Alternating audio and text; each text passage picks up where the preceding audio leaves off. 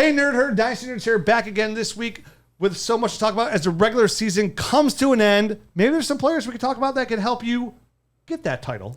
Maybe we'll talk about something called Foot Jam. We do talk about Foot Jam. And yeah, we'll talk about some wide receivers, some of these young guys, how we look at them long term. Let's dive in.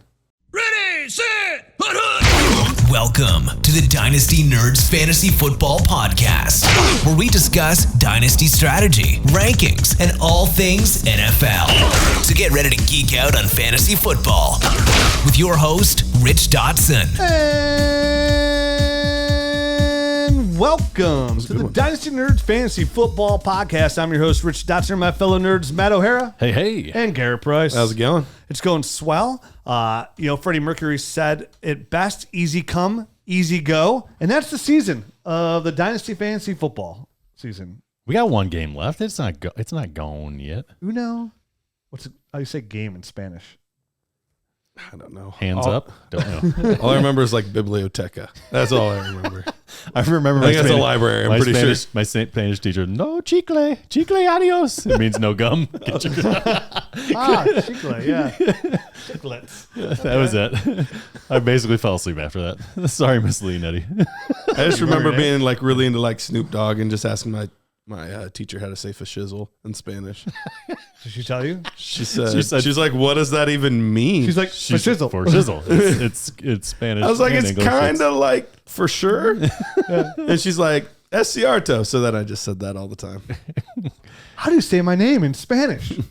Richard. Oh, man. You would be Ricardo, sir. I guess. Mm-hmm. Well, technically, it'd still be Richard, though.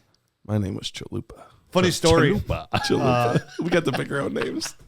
My Mateo. I mean, mine was given to me. Yeah, I just love talking about one of our best friends, and if you've been listening to Dynasty Nerds literally since the very first episode, you'd heard his voice. His name is Juan. He's Dynasty Juan. Dynasty Juan. He was in our. He's a member of the original Dynasty League. And funny story about Juan is his name is Juan Hernandez. His name is Juan Hernandez. His dad is from Spain. Straight from Spain. His mom is a Spanish teacher. No, she speaks Spanish fluently. But she speaks Spanish teacher, but she taught Spanish in Spain, right? She taught English to Spanish. That's Yes, it. Yeah, she taught English to Spaniards. Yes. Okay. His dad could barely speak English.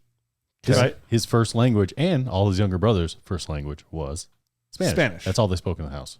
Okay. Juan can't speak a lick of Spanish. Failed Spanish twice. How? Failed it twice. In How? high school. Well, education, it tells you how smart my buddy Juan is. Twice. And he finds out the fun thing of this is No.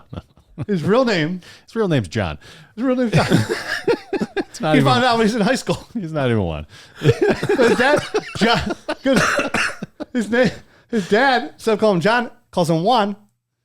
So he's Juan Hernandez. Finally got to look at that birth certificate. He didn't even know. Yeah. They never told him. Never told him. They just let it go. Yeah. Uh-huh. It's pretty amazing, isn't it? That's You never know. amazing. So, but we're not here talking about Juan or John. We're here talking Dynasty Fantasy Football. It's the last week of the season, last week to get out those trades. So, I don't know how you guys, all your leagues. I don't know how you run all your leagues. We don't believe in trade deadlines, right? We say, all the way up, our trade deadline essentially is for only playoff teams that are in the playoffs. Everything else is fair game. So you're not allowed to make trades during the playoffs. So there's no trade deadline except for that period. I have 3-4 leagues that are that way where we still haven't hit our trade deadline yet. It won't be till the playoffs start. I've gotten most of the other leagues to push it back at least until week 12 or so. So none of them are where it used to be, where it was week 8, week 9. I think all of mine are later, but I still have 3 or 4 leagues that the trade that the one league that we're not part of, being the commissioners, or we didn't run or anything like that. There's a trade deadline in that, and I didn't realize it had already happened. Oh, no. I went to go try to make a trade today, and it wouldn't let me. Smash Mouth? Yeah. That was it stinks because for a lot of dynasty leagues, you don't even know if you're really in it until now. In our original dynasty league, if you're a fringe team, there is 6 of us, essentially 5 of us that are 7-5. Yeah. There are. We all have the exact same record because the bottom of the teams are rebuilding. Those bottom 4 teams are all really bad. But by the way, that Smash Mouth League is very similar to that, where there's a big chunk of people. So I was trying to figure out who would even want to trade with me. like for the past couple of weeks, and it hasn't materialized who's in the playoffs yet. And bam, now the trade deadline's passed, and I got no one to trade with. It's hard to give up your first when you don't even know if you're going to make the playoff, right? Like, oh, this should be 1-5, 1-6. Like, it's a big difference in 1-9. Well, I in that league particular, I'm far and away the best team. I knew I was going to make the playoffs. He's the best team. I wouldn't say far and away. This isn't Tom Cruise movie. About 200-point lead on everybody, and I've only lost twice this week being one of the weeks. It's a little facetious. When Cortland Sutton gave nothing. But anyway, which is why I was trying to trade, because I thought maybe I could use another wide receiver. I had Cooper Kupp. He went down. I was kind of trying to get by until Mike Williams came back. Mike Williams still not back. Yeah. So I was going to make a trade. I don't even remember what I was talking about now. Doesn't sound like it's the best team to me. About the trade deadline. Oh, and now the trade deadline's passed. I can't make any trades. I'm screwed. Doesn't have Cooper Kupp. Doesn't have Mike Williams. Doesn't have Cortland Sutton. Doesn't sound like the best team to me. Doesn't sound better than my team, but okay. I mean, I still have Justin Jefferson and Terry McLaurin over there. I had to bring up George Pickens to kind of play him this week. Yeah, but we'll see. Cross your fingers, I guess. You never know. Maybe his complaining will work and he'll get thrown the ball. But, I mean, it hurts because now you want to make a move and you can't. So I always recommend trade in just for the playoffs. That was my point. That was going to be my point. That the trade deadline should be right up to the end of it. In the league that I'm 7-5 in, and I lost by 0.8 points this week because I was at my son's basketball game and I never took Joe Mixon out and put instead of Samaje Perine in because I didn't have service to my phone, because that's what happens, and I lose by 0.8 points by that Mike Evans catch. Thanks, Mark Ingram, for not getting that first down. I was on the opposite end of that, so it worked out. So, I made a move today. I have a very solid team, and I was like, I just need one more. Like, my flex player was either Michael Carter or Robert Woods. You know what I mean? Okay. Like, no good. The rest of the team, solid. Yeah. I went out today and traded for Dalvin Cook, Alexander Madison. Gave up my 23 first, gave up 2-4, and I got a third and a fourth back as well. So it's a contender move right there. It's a contender move all day, and those are the moves you got to make. I didn't love it, to be honest with you. I know it's fair. I still didn't love giving that high second as well, but if I win a ship, it's all worth it. So, of course, absolutely. If you don't make the playoffs, it won't be. That'll hurt. If I don't make the playoffs, you might not hear me on this podcast next week. I'd be crying. A week of mourning. Yes. I'm telling you, our original league is going on almost, it's gonna be like 18, 19 years after this year. And I just had the worst luck in that league. Like, if anything can happen, it will happen. I'm with you. Whatever weird thing can happen, it will happen. I mean, I've lost things to Marcus Colston because he was a tight end and he wasn't really tight end.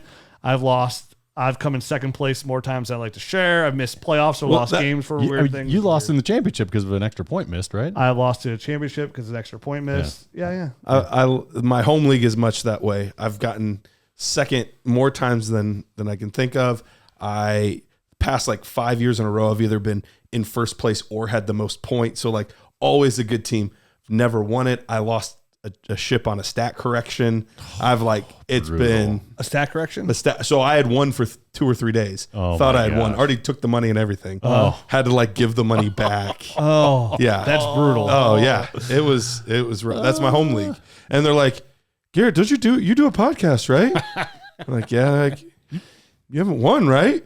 Screw you guys. That's the best part. You're an analyst, right? Right. And they're like, but you haven't won. I'm like, and that just goes to show you how much luck it takes to win, you nerd. It was regular season, skill, playoffs, luck. The worst run I saw of that was my cousin Sean in our home league. Went to the championship game 5 years in a row. Oh, he was the Buffalo Bills. The Bills. Boy, I love losing fantasy football championships. And that's what he named himself after a while. Lost every game either by a point, 1 point, or tied and lost a tiebreaker. It was brutal. 5 years straight. Ugh. Didn't win a single thing. That's rough. Yeah, that's rough. Yeah. So now we call him Sandpaper.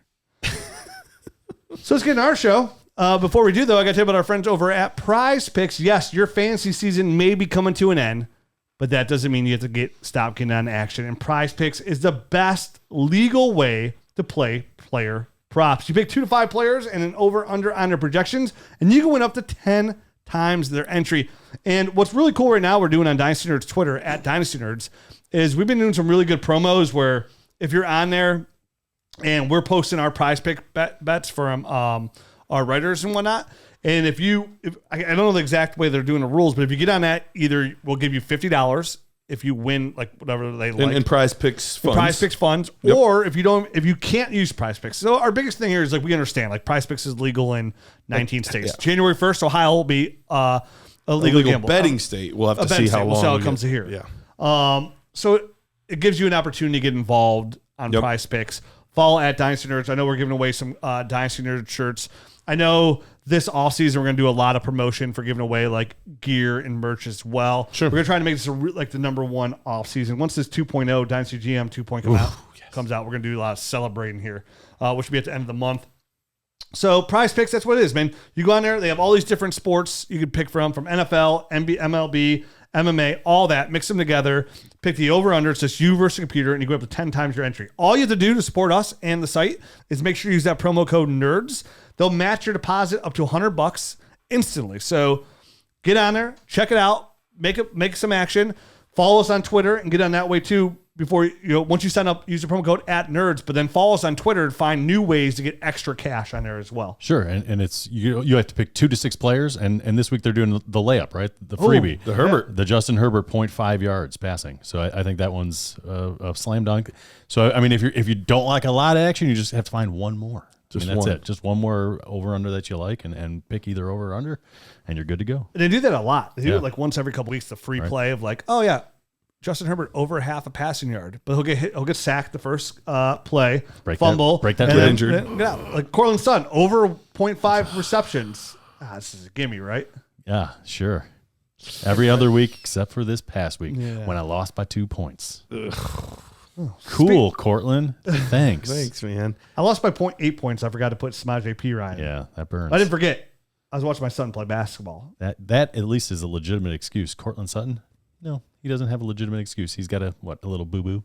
Get out there and catch a pass, Cortland. You know how much pain it takes me to like when I'm watching the Browns play and I got to hit pause because I got to watch 10-year-olds play basketball? 10-year-olds basketball is a hard thing to watch, man. Yeah. I mean, look at my son's pretty sweet. But like besides that, the rest of these kids, I mean, come on, entertain me. What are you doing down there? Bite an ankle. I mean, come on. Where's Dan Campbell when you need him? At least bite a kneecap. I got to turn my phone on airplane mode because I can't get any magical updates or texts or tweets, and then I'm behind, and I can't see how my fantasy teams are doing, which is fine. I'm not a big fantasy checker throughout the games. You don't want to overcheck. No, I'm trying to get focused. I can be an overchecker. You can be an overchecker. You're a thumb swiper. If I'm honest. Yeah. If I'm being honest. Well, let's be It honest. it takes all the joy out of it. Overchecking. Sure.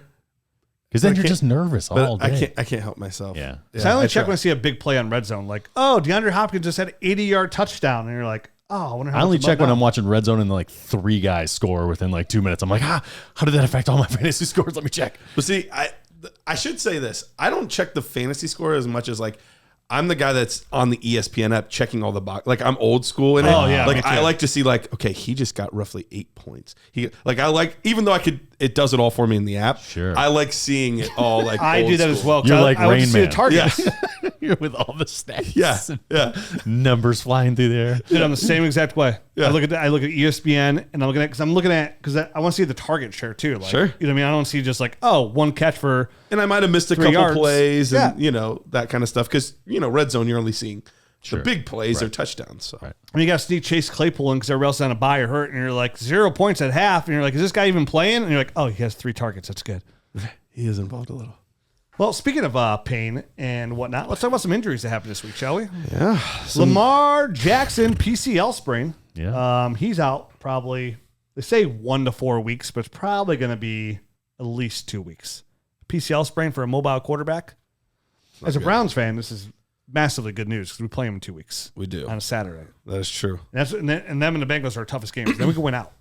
And then we can go to the Super Bowl and play Baker Mayfield and the Rams. Speaking of the Bengals, real quick, did you see the video of that girl that got her wisdom teeth pulled?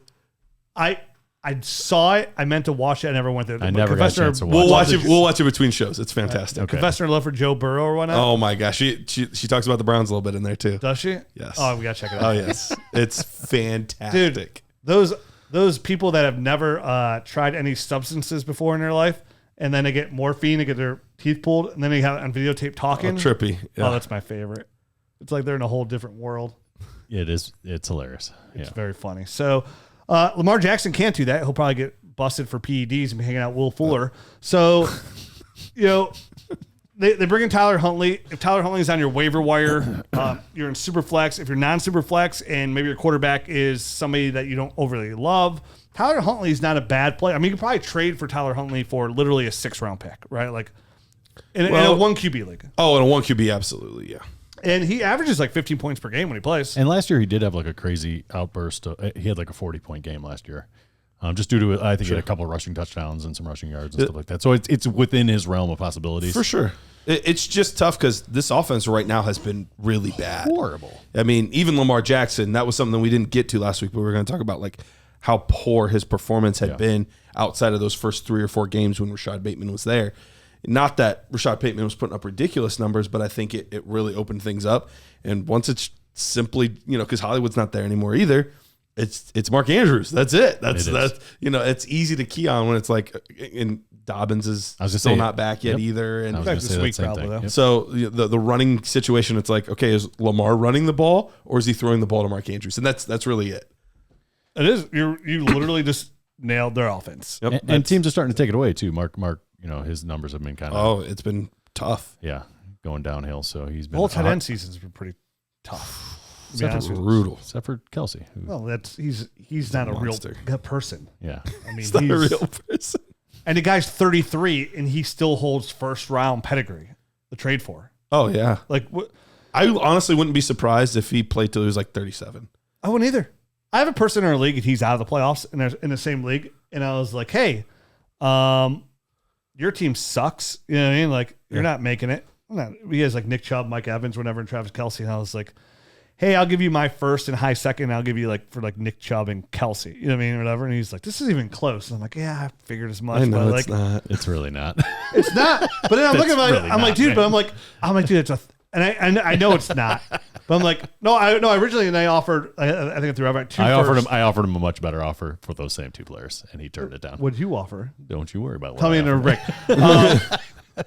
And I'm thinking, I'm like, man, a 20, look at me, offering a 1st and a high 2nd. Like, I think I'd go high as like a 24 first too, so 2 firsts and a 2nd. I was like, for a 28-year-old running back and a 33-year-old tight end, like, what a world. What a world. Like, is there any, outside of Superflex, have you ever heard of a player that is 33 years old that you'd pay a 1st for? That's not a quarterback outside of Superflex. No, but he's that much of a difference maker. He's that much of a difference maker. I mean, up until this past week, he was, we talked about it, wide receivers and tight ends combined, he was number 2 overall. Like, the only person that was ahead of him was Stephon Diggs in points per game. Unbelievable. That was it. And from a tight end situation, he was equal to Mark Andrews, who's the next closest guy, and the number 8 tight end combined.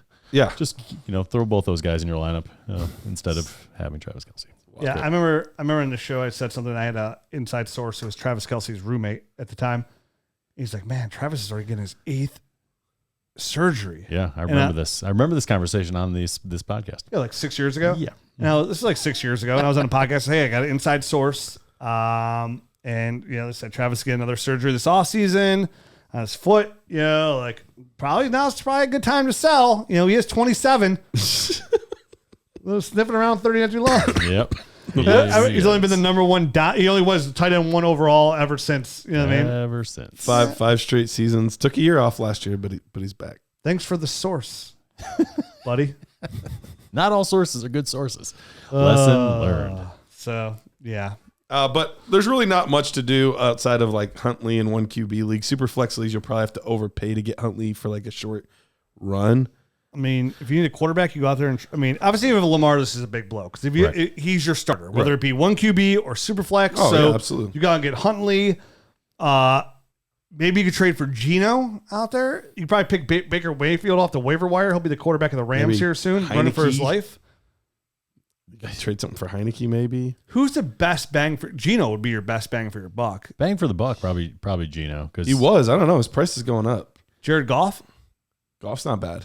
Goff's not a bad price. Still only like 28 years old too. Still got some longevity there. Yeah, I'm curious who would be more expensive between Geno and Goff.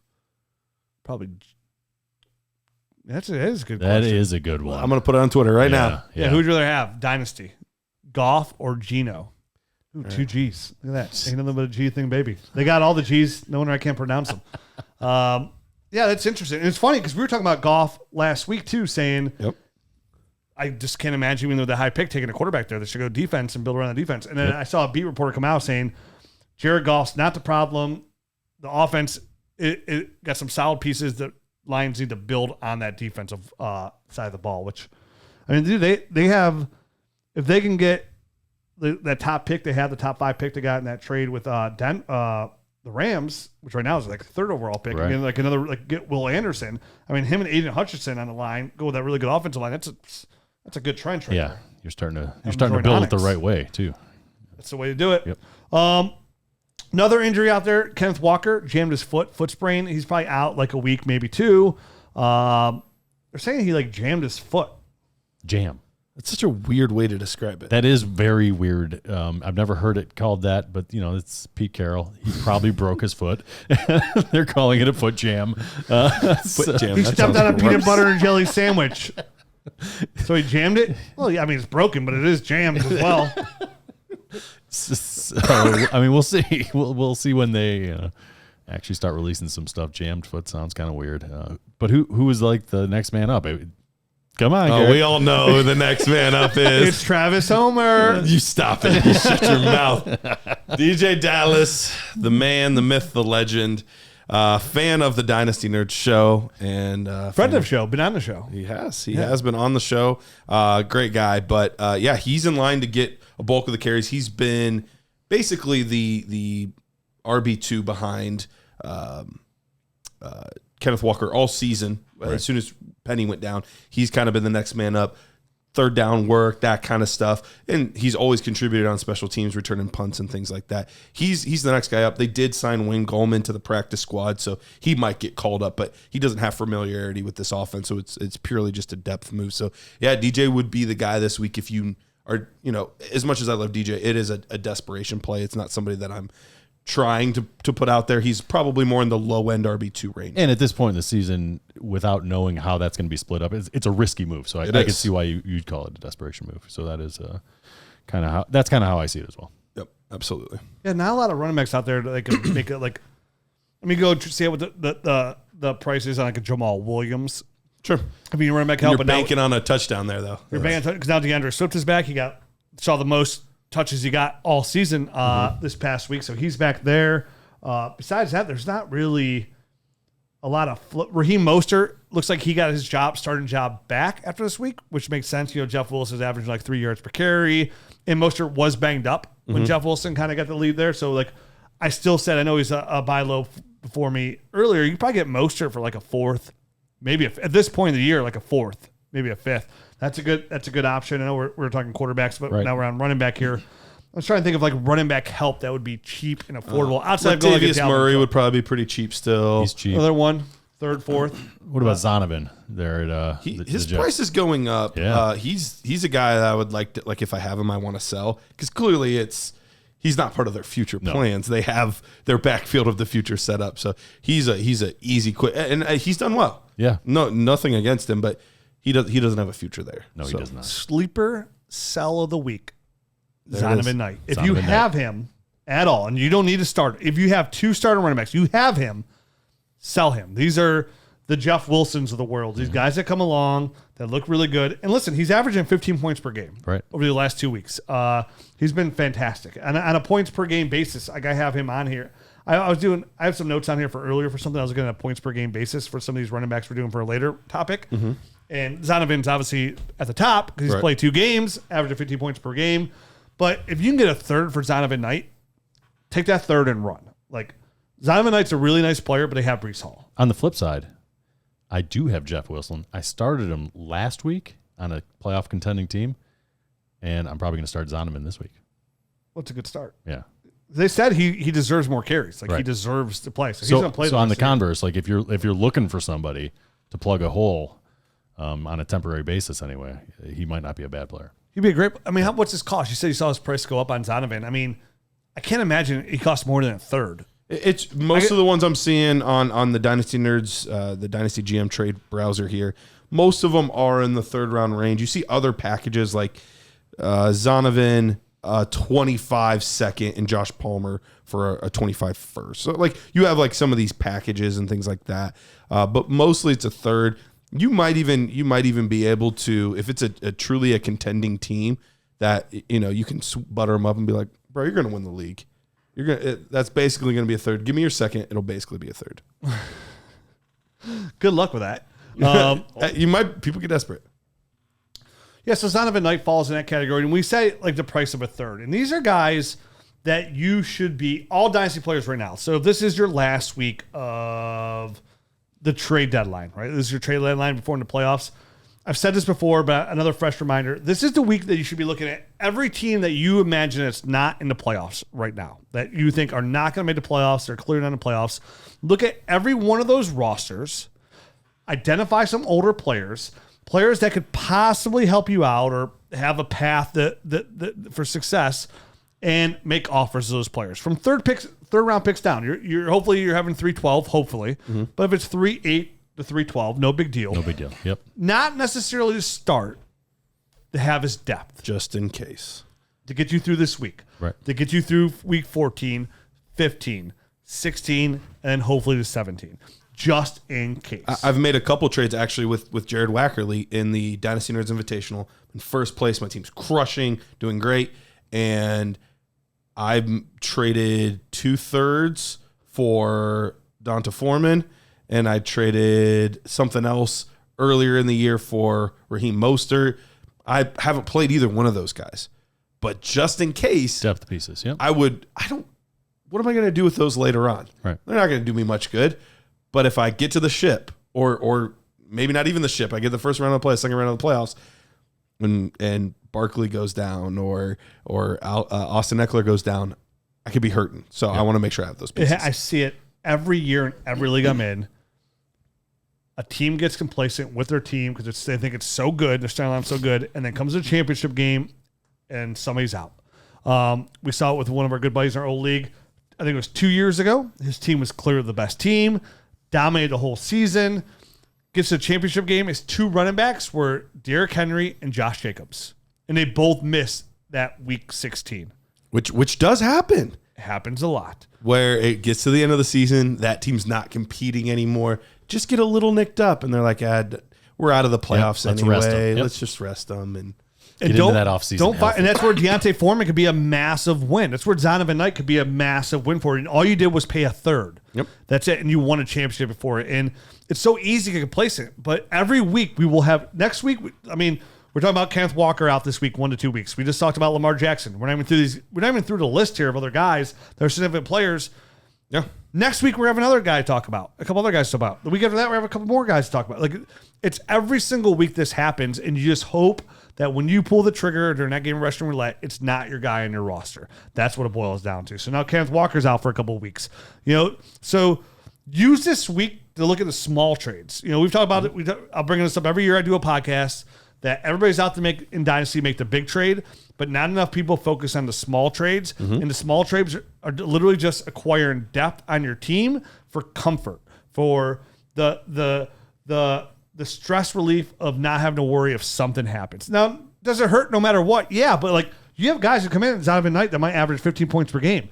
If you have Joe Mixon and you don't have Samaje Perine, you're making a drastic mistake because Samaje Perine is a running back one every single time that Joe Mixon misses. Right. Like, I saw a tweet from McDowell today that like Perine over the last 3 weeks his play has been a running back one all 3 weeks. And he's got just as many RB1 weeks now as like they did the whole list. It's all like studs. You know what I mean?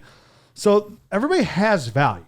There's people like identify where that value is, identify where that opportunity is, and is it acquirable from your roster? And I say third, but you can get guys for third, fourth. Some of these guys you'll be able to just get for a 5th round pick because they're out of the playoffs and they just want to pick and they know that guy's not even on there and they want to bring all their draft picks up anyways. Mm-hmm. So make sure you guys do that as Dynasty owners. Jimmy G, another quarterback out. If you're in Superflex, so you had Jimmy Garoppolo and Lamar Jackson, you're in big trouble. He broke his foot. And the good news, it's not a Lisfranc broken foot. So it's actually, instead of being a year out, he's going to be out for about 7 to 8 weeks, which is great news for him. There's some conjecture that he might be back for playoffs. Yeah. Like NFL playoffs. Which would make things very interesting. It absolutely and it's a championship game. Right. So Brock Purdy steps in there for him, the Mr. Irrelevant last pick of the NFL draft. We'll see how that pans out. Probably not good, if I had to guess. But Kyle Shanahan's offense is, he can make bad friendly. players look decent. They especially quarterbacks for whatever reason. I mean, you've seen some of these other guys that he's kind of rolled through and just kind of won with they looked like they were Nick Mullins and Jimmy Garoppolo's, Jimmy G's, Trey Lance's. The other Trey Lance's. the other guy. Those guys still look like shit. And plus, I mean, he's got so many weapons that keep Kittle, Debo. I think that's what we need to talk about McCaffrey. here. How does that affect these guys? I don't know that it drastically affects any of them. He was targeting, I only saw bits and pieces of that game, but when I did see it, he was targeting Debo pretty regularly. I would say the one guy that I would assume, and this is just an assumption based on style of play, Brock Purdy does not have a strong arm. That's never been something that's been part of his game. The one guy that does take a lot of bigger downfield plays is Brandon Ayuk. Yep. So if there was one player, I would think it would be him. But Jimmy G doesn't have the greatest arm ever either. It's not like he's got a cannon. So I think most of the pieces take maybe a 5 to 10% dip. He's going to be a home run hitter this stretch. Who? Christian McCaffrey. Yeah. If anything, it maybe gave him a boost. Yeah, that's what I'm saying. If you can go out there and acquire him, if he's available in your league for any, like at the price tag of first, a second, and first and 2 seconds, like Christian McCaffrey is in a very good position here to carry you the rest of the way. We saw last week tons of targets, heavily involved. No more Elijah Mitchell. So look for that to continue. Be Brock Purdy's safety net here. With that defense, they'll be in a lot of games as well. So Christian McCaffrey has a chance to be on a points per game basis outside of quarterback, the highest scoring player for the rest of the season. So he's a great, which you're thrilled about, because you were a little bit, or at least I should say I was a little bit worried that with the knee stuff that, they might scale back his workload. Well, now with Jimmy G out, they got to make sure they win enough games to get in the playoffs. Right. So now they kind of have to start that playoff push and that playoff usage a little bit earlier than they might have before. Yeah, it's going to be interesting to see. I can't wait to see how it play out. But, I mean, I think Debo's okay. Kittle's been down all year as it was, so it's not like anything you get from him, it's an up and down road. But I think McCaffrey's going to be the biggest game. And obviously, more carries for Debo outside behind the backfield as well. Aaron Jones hurt a shin. He's day-to-day, nothing crazy. Yep. Treylon Burks had a great touchdown catch. Great catch, yeah. Hit his head. Now he's out with a concussion. Great catch, don't you think, Matt? Yeah, I absolutely do think it was. We'll see. It was a nice catch, though. I have a here. Now this just reminded me because I was asking you guys off there and I just now forgot about it. Okay. Superflex League. Okay. Somebody offered me Trevor Lawrence for Matt Stafford and Treylon Burks. Oh, all day I'll take Trevor Lawrence side. Yep. All day, right? Yep. All day. Yeah. Not even close. Yep. The thing was, Easily. I don't have a lot of receivers. He's my youngest receiver, but yeah, all day. Oh, then flip one of the other quarterbacks you have if you have a plethora of quarterbacks now and get a young receiver. I literally forgot that. Go ahead and click that accept button. I forgot about that trade until you guys just said that, because it's not like it's a best ball league. But yeah. Well, while you're doing that, Tua also was a little banged up this week, ankle injury. Not considered serious. Yeah, off game altogether. Did you see any of that game? I saw bits and pieces of it. I didn't watch the entirety of the game. He was inaccurate throughout that game, which is not him at all. You know what I mean? Well, and it's also a very good San Francisco defense. And if there's anybody that knows Mike McDaniels, it's... Oh, no, I missed a trade deadline. No, you didn't. Stop it. Are you serious? I'm mad at you right now. Was it this weekend? As soon as the games flipped over, you missed it? Once Monday Night Football was over? How can you even accept a game can you even accept trades during games? I think you can. I just don't think they clear until after the game's over. I'm writing a stern message. You guys keep talking. Write your message afterwards. We're in the middle of a show, Richard. But yeah, so it was off game. Yeah. I don't think that's going to be two of the rest of the season. I think it'll be just fine. It was a team that knew that offense well and was able to exploit it. But yeah, Tua seemed off that game for sure. I'm not sure how much the ankle had to do with it or didn't have to do with it. They were getting crushed, and they brought in the backup quarterback at some point too. So I don't know. Cortland Sutton, hamstring day to day. You already brought up your frustrations with Cortland Sutton. That offense is so bad. It's not like, next man up. No, just avoid it. Yeah, just avoid all of it. It really is terrible. Speaking of avoiding, Matthew Stafford likely done for the season. Especially with this latest news, huh? Yeah, well, that does tie right into Baker Mayfield getting cut by Carolina, picked up on waivers by the Rams. And once Rich is done writing his response Very to this stern league, letter. very stern, as the former president of the Baker Mayfield fan club, we'll get to hear from him. But Matt, how interesting is this for you, or is it just not at all? I mean, obviously they've got a hole there for the rest of the season. So Baker Mayfield went from a guy that was riding the pine to at least potentially being a starter again. So, as far as Superflex, he might be a 2 QB league type of guy down the stretch, like in the playoffs, if you're super desperate, like all of a sudden. So I think he's a guy that could be on the move in some leagues that still have open trade deadlines that people aren't writing angry letters to commissioners about right now. So how likely is it that he's still on the roster for the Rams next year? Next year? Yeah. Oh, very, very small. I think very, very unlikely. Yeah. I mean, I think Stafford's going to be back. He's going to be healthy. Well, that is the one thing that I am like slightly curious about is he healthy? Is he? Do they know something we don't know? Right. And maybe it's a tinfoil hat type thing and conspiracy theory, but these older quarterbacks, sometimes these injuries just stack up and stack up and stack up, and they're just never themselves. Like, look at Matt Ryan. Matt Ryan just doesn't look like himself anymore. He doesn't. But Baker Mayfield never looked like Matt Stafford. So that's fair and true. All right. But enough of that. But there is some conjecture that I read today that I think makes some sense as well. There's some thought that if Baker Mayfield rides out the rest of this contract, then signs somewhere else, there could be a compensatory pick coming back to the Rams, which is another reason they may have makes sense claimed him. On top of the fact that they don't have a quarterback for the rest of the season, that's kind of NFL worthy, I guess. Sure. So that's where I sit with him, Richard. Rich, I'm just in a bad mood now. God, I just wrote I loathe trade deadlines in season. Just so dumb. just get over it. Yeah, no, Baker Mayfield to the Rams. I mean, somebody asked me, it's like, dude, he went from one bad situation to another. I know it's easy to say, well, the Rams won the Super Bowl last year. When the Rams, well, a team that doesn't have Aaron Donald. Their offensive line is just a mixed bowl of potpourri of poop. They have no running game. Their running backs are Kyron Williams and Cam Akers. And their receivers are Ben Skowronek and Van Jefferson. They're literally good wide receiver threes. Mm-hmm. Their number one weapon is Tyler Higbee. So we expect Baker Mayfield to go from an offense that had Dante Foreman, DJ Moore, Terrace Marshall.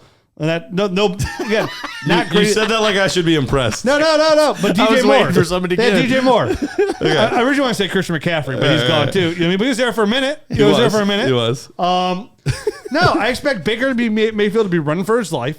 Help. Throwing interceptions, throwing incomplete passes, and I mean, it sucks when you get on this kind of path because when nobody wants you, like you have very limited opportunity to go prove yourself to make yourself right. Like we knew he wasn't going to go to Panthers and light up the Panthers. I mean, well, everybody else knew. And like I don't expect to go to the Rams to do anything.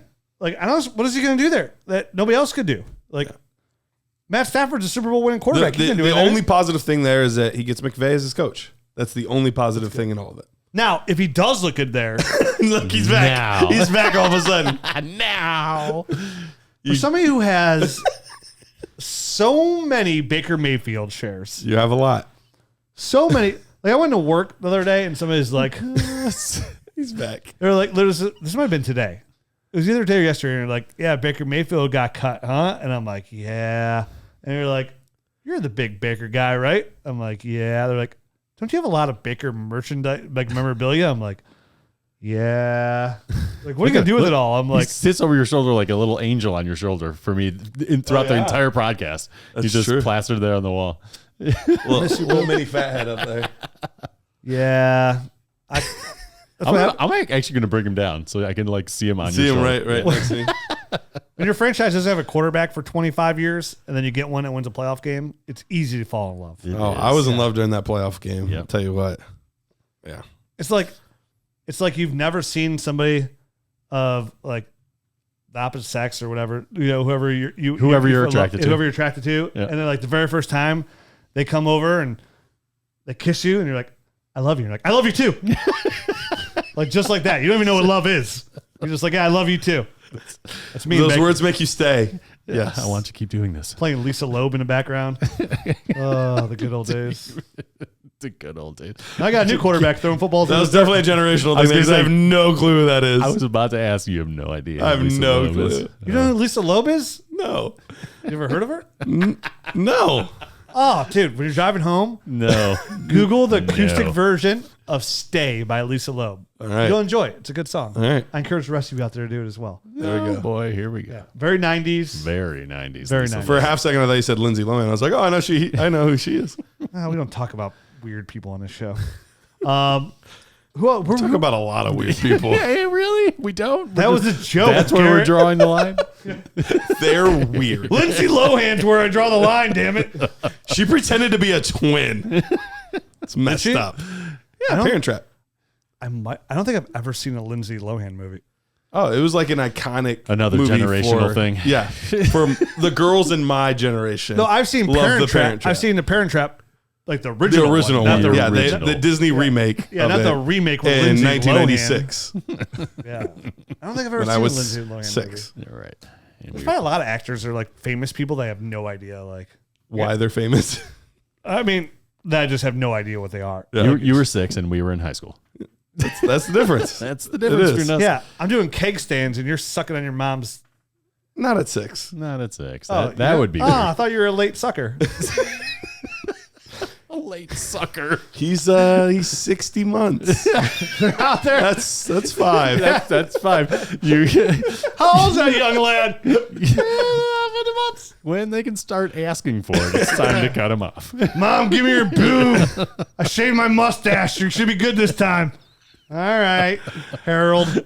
Harold sounds like Harold sounds like an old person. Doesn't yeah. matter how old they are. You're right. a late wiener offer of the boob. Offer. Yeah. That came out weird, man. I'm not Yeah, gonna most of lie. the things he says I'm not gonna do. lie. That one came Who we out. leave off on? Jimmy G? I think we're done. No, we're actually done. We finished it without you while you're sending your Oh, my sternly stern worded letter. So we're on either on Prediction Strike or Darius You do Slayton. prediction strike. I'll see if I got an answer back. All right. Well, the aforementioned Prediction Strike, fantastic app, fantastic website. What you get to do is you get to get on their platform and you look for players just like you would in a stock market. Players that you think maybe have a little bit of a depressed value, but you think, oh, the future looks bright. I'm gonna acquire some shares of this player, or players that are worth a lot right now. They're like, the bottom is about to fall out. Right. I'm not getting these guys right now. Stafford. Get away from that. Stafford. Yeah, don't buy Matt Stafford. Give me all the Matt Stafford. Give me Baker Mayfield. No, you want to go there. You want to find a lot of these guys that we talk about in our buy sell episodes, or when we start doing these rookie episodes. Those are the types of players that you want to look at. PredictionStrike.com. You go there, use the promo code Dynasty, and you will get a free share. Absolutely free share of a player on PredictionStrike.com. Use promo code Dynasty today. Go get Javonte Williams. Somebody else tried to accept the same trade. Did they really? There's another Trevor Lawrence. He's like, I tried to do the same thing. I couldn't get it through. He's like, no need to apologize to the person who sent the trade out. I'm not saying that. That's not what I'm trying to say, man. Jason listens to the show. Apologize. No, there is a need for an All apology. right. So I'm doing my own fancy stuff. I mean, dude, this is it. Last week, trade line. There's no time. No. There's no time to be messing around. You got a gotta do it podcast to now. do. I got to make moves. Right now. Listen, because if you don't, Do I look like it's a the one, cat boy? It's the one people that procrastinate that get passed by, that stay stagnant. That's So go right. ahead. I waited to talk to you guys about this trade because I forgot about it, to be honest with you. Passed Look you at it. I don't have Trevor Lawrence. Right. I got Matt Stafford. That's no good. It's only super flex, so no, it's not it's a big deal. No, not a big deal at all. Yeah, still got Trey Lance at least. my testes. All right, Do you like?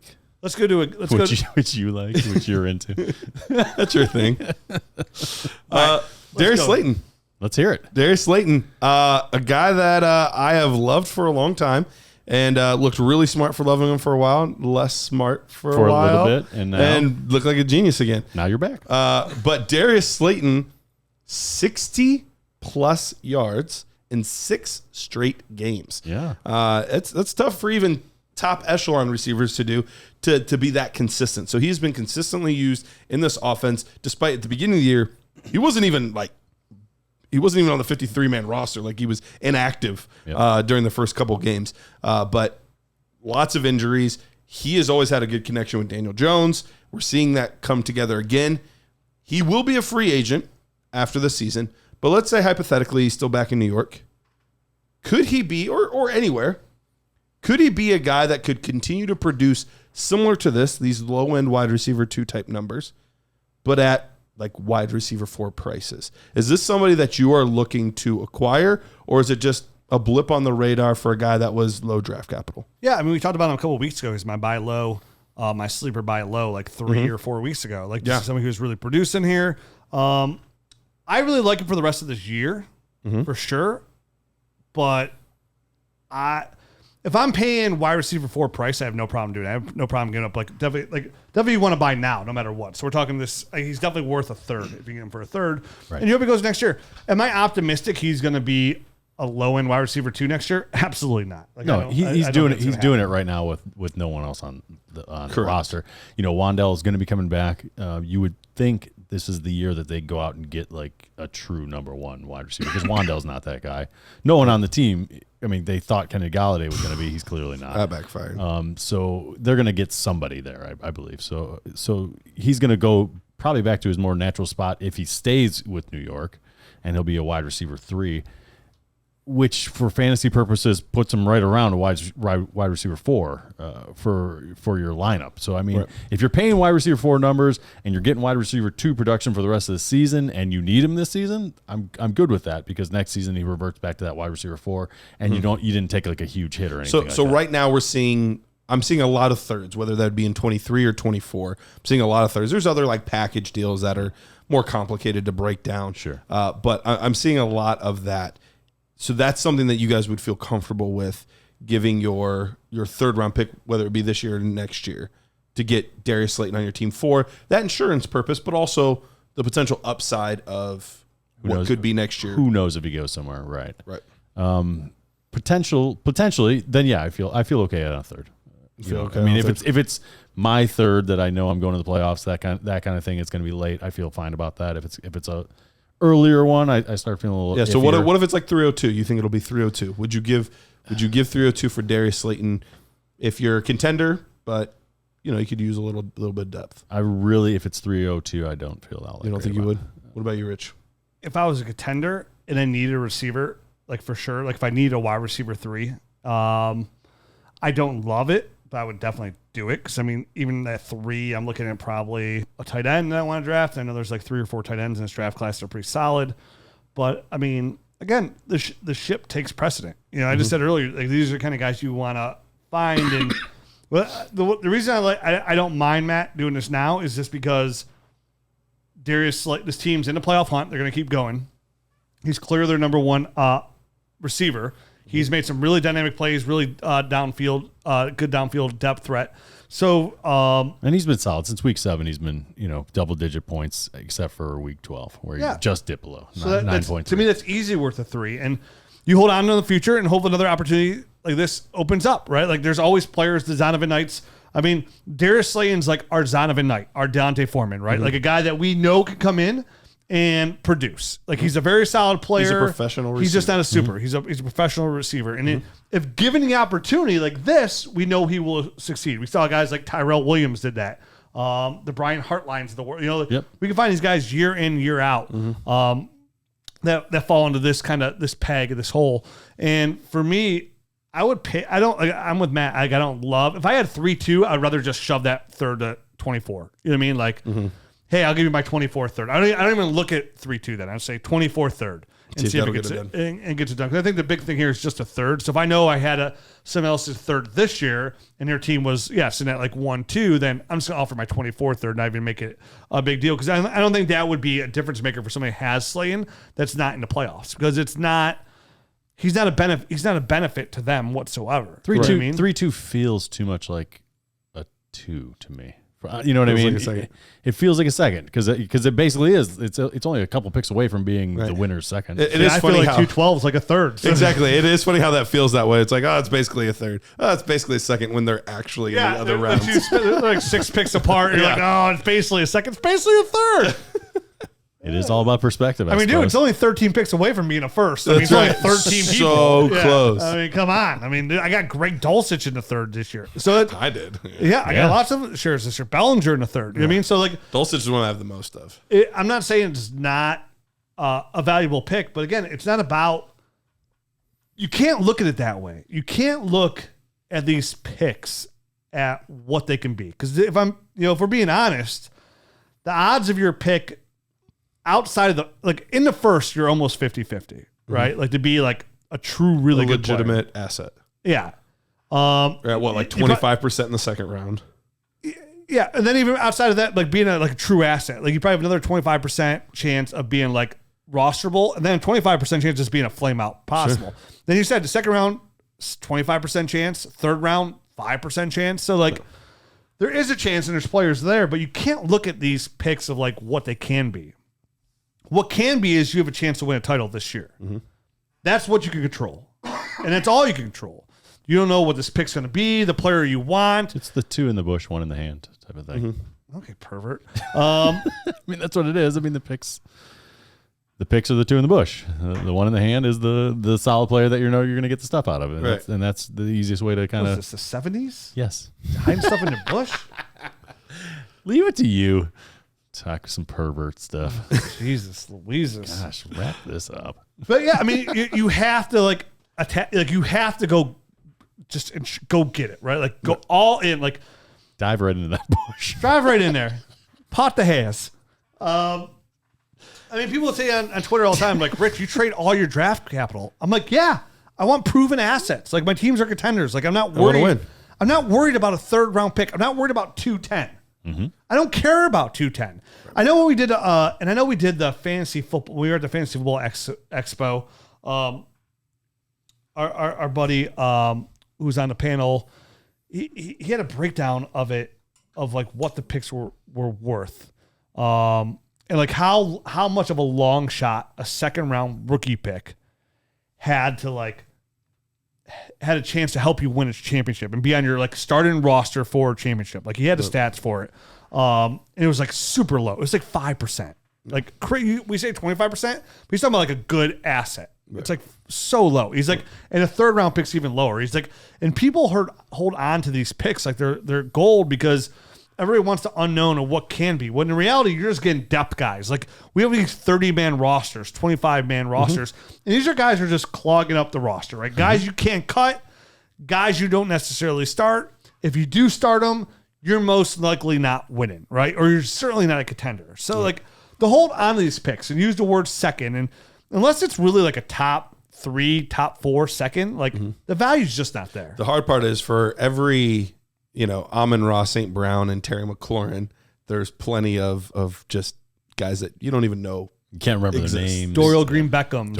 I don't want to say Keyshawn Vaughn. Yep. Zach Moss. I'm trying to go through these.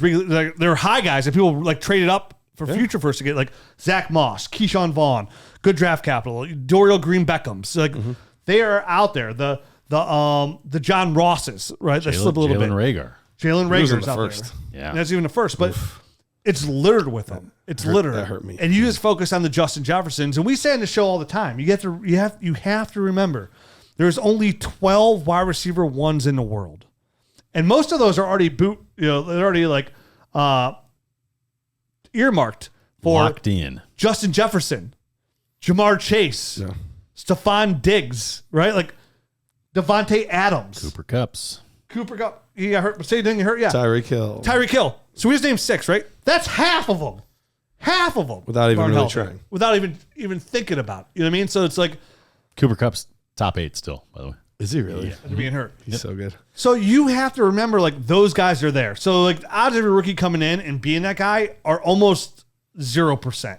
And you let him take time to develop. And, again, if you're a contender, that's time down the road. That's why I have no problem trading my late first whatsoever. And, yes, do I miss out on Justin Jefferson? Possibly.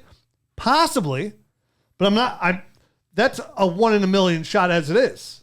The only way you get that is getting up pretty high. I mean, Justin Jefferson, typically in leagues that I was drafting in, went very high. The only person I know that said Justin Jefferson should be ranked higher than Jamar Chase in his rookie draft, Matt O'Hara. I don't think Matt said that. No, because Jamar Chase, they were different classes, and him weren't. Jerry Jeudy. Oh, is that who it was? Yeah. Yep, it was Jerry Jeudy. You're like, oh yeah, I have him higher than Jeudy, I think. And I was like, oh, that's pretty crazy. Yeah, I thought that was wild too. Who's the wild one now? This guy over here. This guy over here. Wild now. Speaking of these wide receivers, why don't we rank these youngish wide receivers that are on the cusp of wide receiver 1, wide receiver 2 range? And this is kind of thinking forward, not necessarily for this year, because chances are you're not acquiring any of these guys at this point. Wherever they're at, they're staying put for the season. Every once in a while, you can make one of these big deals right before the deadline, but for the most part, they're staying put because they're valuable on contending teams or in rebuild teams because they're young enough where they still hold value even on those teams. So these guys aren't moving, but maybe in the offseason, once you're dealing draft capital and things like that, how would you rank these 5 receivers? 5 receivers are Amon-Ra St. Brown, Chris Godwin, Michael Pittman Jr., T. Higgins, and Terry McLaurin. How would you rank these 5 guys? This was a very difficult list, and I don't appreciate it, Garrett. I had a hard time as I was doing it. I was like, how would I rank? I changed because I looked at this at 2 different points of the day, and I changed it. I was like, Did you really? Yes. So I'm having a real hard time with number 1. Okay. I think in my heart of hearts, I want it to be Michael Pittman Jr. Okay. Me too. So he's going to be my top rated guy. And from a physical standpoint and all that, it's T. Higgins is number 2 for me. Okay. After that, it gets murky, but I think I'm going to have to go Amon-Ra St. Brown for 3. Okay. And then it's Godwin and McLaurin for me. Okay. I like that order. When you're talking about the players themselves, on a points per game basis, the top 2 guys are going to be Amon-Ra St. Brown and T. Higgins. Amon-Ra St. Brown, currently wide receiver 11 on the year, averaging 16.9 points per game in his 10 games. T. Higgins is averaging 16.4 points per game in 10 games. He's wide receiver 12. So you're talking about 2 wide receiver 1s. I think Amon-Ra St. Brown's higher after this past weekend. Was it? I think he's wide receiver 6 on ours. Okay. And, obviously both benefiting from other guys not being there. Like Jamar Chase not being there has benefited T. Higgins. Absolutely. Yep. Amon-Ra St. Brown, having nobody else there essentially, then trading away T.J. Hockenson. We saw what he did last year when he was put in that opportunity. He dominated, was like wide receiver 2 overall. And he's doing the same thing again now. I like Michael Pittman too because he has the clearest path to be the number 1 guy on his team. And he's just awaiting that better quarterback, which just seems like with their crazy owner that they're going to find a guy at some point. I hope. Because I have a lot of Michael Pittman shares that would really like that. I mean, Jimmy Garoppolo, either to New York or Indy, would not shock me for next year. So Michael Pittman. Does that make you excited for? I was going to say, isn't that kind of what Matt It's Ryan kind of like another is? parallel move. Yeah, I mean, I guess here's why I'm excited about for Pittman wise. He's just a number 1 guy there, right? Like he's The targets. I think Paris Campbell's a free agent after this year. If I'm It's got to be getting correct. close I for him. believe so. Yeah, I think that's So right. like he's clearly the number 1 guy there. Now, could that change during the draft and whatnot? Of course it could. Well, they got Pierce, who's also shown enough. Second round pick. He looks really good. But still, Michael Pittman's a guy. He doesn't have to deal with Jamar Chase, right? Correct. Amon-Ra St. Brown's got Jameson Williams coming in. We have no idea how that's going to work out. He's got a really good talented pass catcher running back in DeAndre Swift. And who knows what they do in the offseason as well. So those guys, I'd give the edge to Pittman there. I think I'll go the same order as Matt as well. I don't think there's any wrong answer either. I don't think nobody could be listening to this podcast going, oh, you guys are idiots. You got to take T. Higgins 1, Amon, Sun God 2. You mean any way you order this, I wouldn't say, oh, that's off. I think the only thing that would get me off is putting Terry McLaurin number 1. Yeah. Right. And It's understandable. It's, obviously with him, there's other fish there to feed. You know what I mean? So he's not And going to the be quarterback situation as and well. the quarterback situation's rough. So But he's doing better with the quarterback situation. I mean, he saw he Him caught talking 8 himself passes for into 102 putting yards him this in. time. No, he saw 12 targets, which is nice. But That's a lot. Yeah, Jahan's had a nice touchdown as well. He had a sweet spin move to get in the end That zone. was a nasty It was nice. spin. Dotson's he's getting healthy, I think, again. Yeah. And you could tell that And his you've seen playmaking it. abilities. He had showing 4 up. touchdowns in his first 3 games or something like that, or first 4 games, something like that. And then, he missed some time. They slowly eased him back in, and then he got, had another big game now that he's finally fully healthy. So I like his future. As far as this order, I had it almost exactly the same as you guys, actually, which is surprising that we ended up being that close. The first 3 guys for me were T. Higgins, then Michael Pittman Jr., and then Amon-Ra St. Brown. And that's what I went back and forth with. By the way. Did you? Yep. Mm-hmm. So, but they're literally in my wide receiver rankings 9, 10, and 11. Mm-hmm. Those are, so they're all right there at that end of the wide receiver 1 list. They all have youth on their side. Chris Godwin's the oldest one of the group, so that did bump him down a little bit. And we just don't know about, Tom we Brady. assume Tom Brady's going to retire, but I mean, I guess we can't ever say for sure on that one. Right. He's got no family to go back to.